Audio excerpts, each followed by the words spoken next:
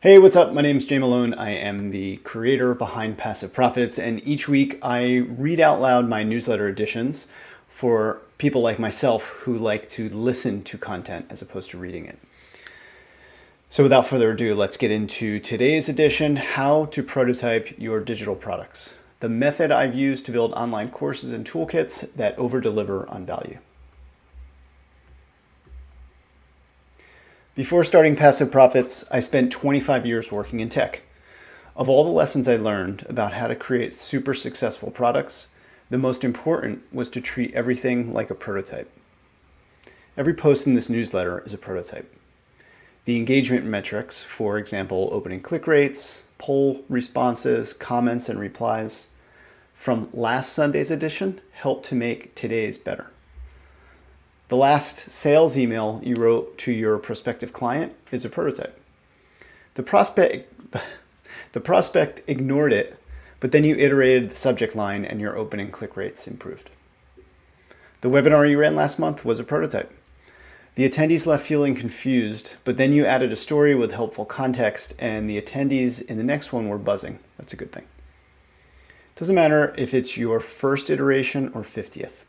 When you treat everything you create as a prototype, you swap the goal from did I win to did I learn, from perfection to progress. It's our race to perfection, even from the first attempt, that keeps us stuck in inaction. Prototypes disrupt our perfectionist habits. In doing so, it removes a ton of unnecessary pressure we put on ourselves. Prototyping your digital products. I've been talking with more and more founders the past couple of weeks. I ask about their hopes and fears with growing their businesses in 2024, about building flywheels, about generating passive income.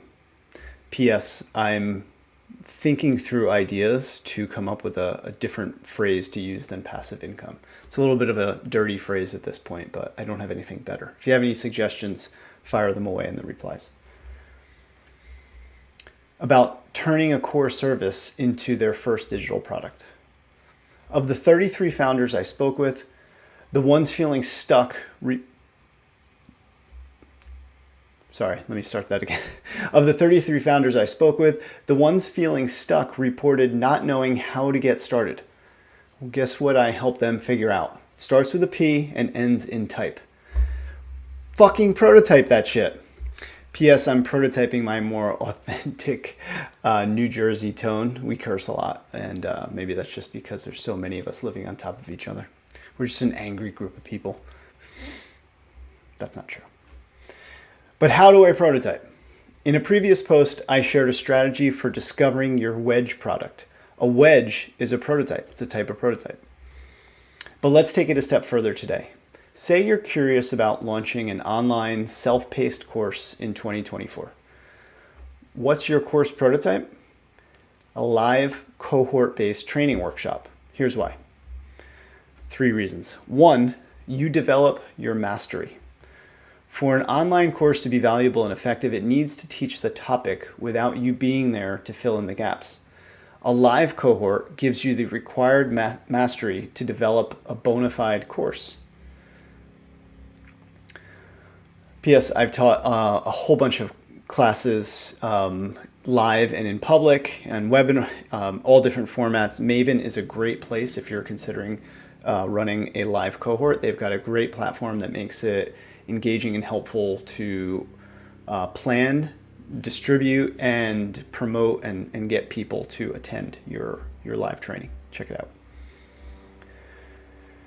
The market today is flooded with gurus, consultants, and hustlers who create a course based on scant knowledge.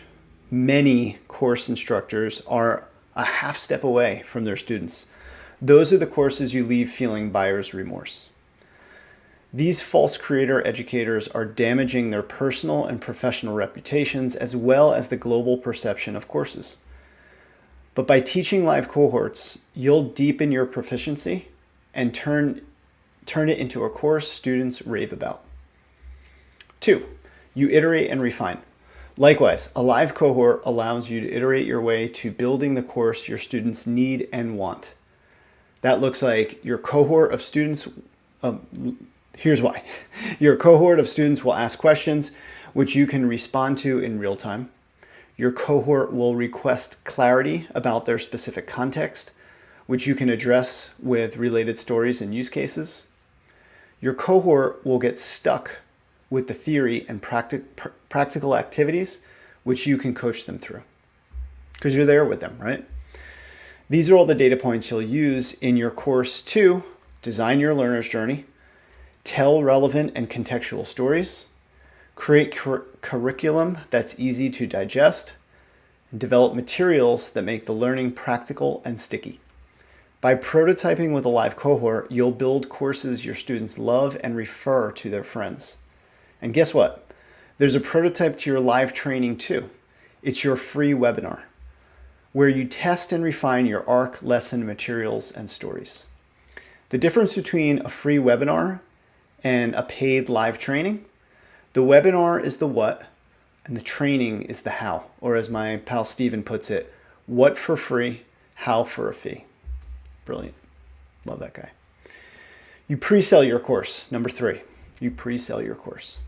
Finally, as you begin running successful cohorts, you're additionally building a queue of 3 important things. 1, loyal customers eager to buy future trainings like your course. 2, loyal customers happy to promote your course to others. 3, loyal customers happy to leave a course testimonial. There is your social proof.